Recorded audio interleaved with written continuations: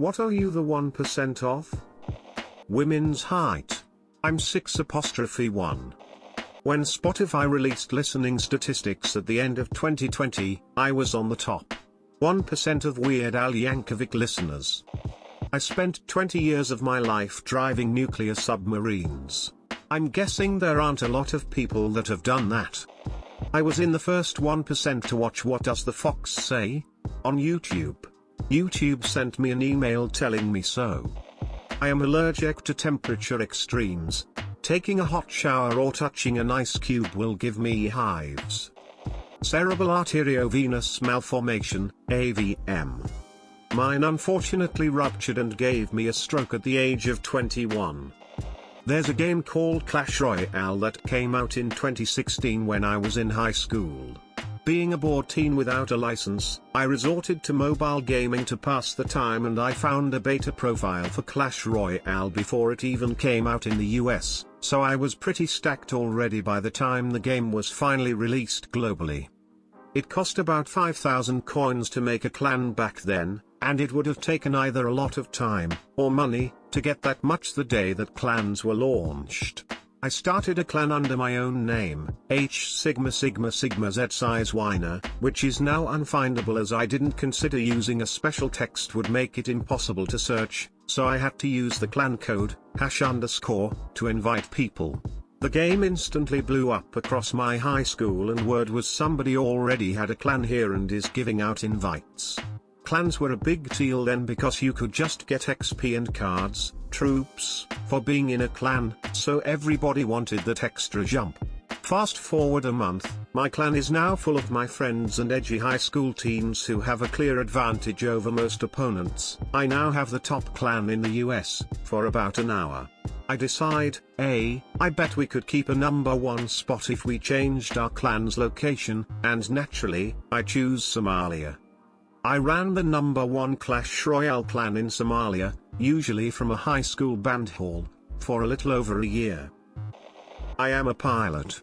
In the USA about 0.01% of the population has a pilot's license. I am also an amputee, which in the USA is about 1% of the population. Not sure what percent of the populace are amputee pilots, but it's got to be pretty small. I have a syndrome where you have an extra X, female, chromosome. I have it in my blood, but I don't have any symptoms, and one of the best doctors in the UK said he has never seen or heard of this before. Type 1 diabetes. It's a shit club. According to my smartwatch, I'm in the top 1% of step count in the past 7 days. Wild and also boring. I can spin on my ass really fast, like probably around 20 full rotations in one go. I start standing up, then I put my left hand on the ground and I throw my right leg towards my left. Finally I retract my legs and put my hands on my knees and I go spinning like a motherfucking Beyblade. I've been doing this since I was 3 or 4. I'm a test tube baby. That's like 0.001% of the population. Probably less than 1%, but I'm sucrose and fructose intolerant. No fruit, candy, ice cream, even some veggies for me. I've died and had 6 wisdom teeth, and ironically those two things are related. For context, my heart stopped during my wisdom teeth extraction surgery. I don't remember for how long, but the anesthesiologist said he had the needle of adrenaline in his hand when my heart started beating again. I remember them waking me up and just saying, "You gave us a little scare there," before putting me back under and completing the surgery. After I came to and was sitting in the waiting room, I had to text my dad, because I couldn't talk. "I think I died." In which my dad obviously freaked out because they never even told him. Alpha-gal allergy. I was bitten by a Lone Star tick and now I'm allergic to any kind of mammal meat. Most cases last between 6 to 8 months. Mine appears to be permanent after a decade. Skeptical I can't even eat something that's been prepped/cooked on the same surface as beef or pork in restaurants. Wait, staff isn't too fond of me lol. Got my wisdom teeth pulled. One side grew back over a year from a fragment left. Dentist published an article about it and was so happy. I was not with another oral surgery. I figured I have to be in the top 1% of deaf guitar players worldwide. I heard completely fine for like 25 years and spent 19 years of that to practice guitar playing. Been legally deaf for 3 years now and still can play well. Muscle memory. I kinda want to start a band called Deaf Metal or something. Not anymore, but I was in the top 0.0001 for Lyme infections. 1% of deer ticks carry the bacteria and 1% of cases develop heart block and Lyme carditis. Not that I've looked it up, but I've run over a fish in my car. Whenever I tell the story, no one has heard anything like it. Not me but my husband. He has a brain tumor on the pituitary gland. Before treatment his body pumped out pregnancy hormones, so he was hormonal and moody AF for ages. Just before it got really bad we managed to get pregnant. When our baby was born his chest had that letdown sensation new moms feel, a heavy weighted feeling in your boobs. When our baby cried, his boobs started leaking breast milk same time mine did. He actually had to pump milk out to ease the pain in his chest. He got the treatment he needed and he no longer can squirt breast milk at me if I piss him off. Edit, thank you so much for the rewards. Absolutely touched, heart, heart, heart. It was officially diagnosed as prolactinoma. I know it's not exactly 1% but still pretty rare. In addition to medication to shrink the tumor I also had to give him hormone injections deeming him infertile for a few years. Male birth control. It broke his heart. Light at the end of the tunnel we were able to get him off the injections and we're trying for baby number 2 after 7 years. We were successful, briefly, but it didn't last. Crossing fingers for next time. I can swallow my tongue.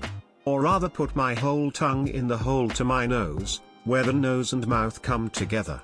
Apparently my ear doctor said that none of her colleagues believed her when she said she had a patient that could do that, so I had to do it while she was filming, so she could prove them wrong. Smiley face, hilarious to have my doctor shove her iPhone in my mouth, sick face.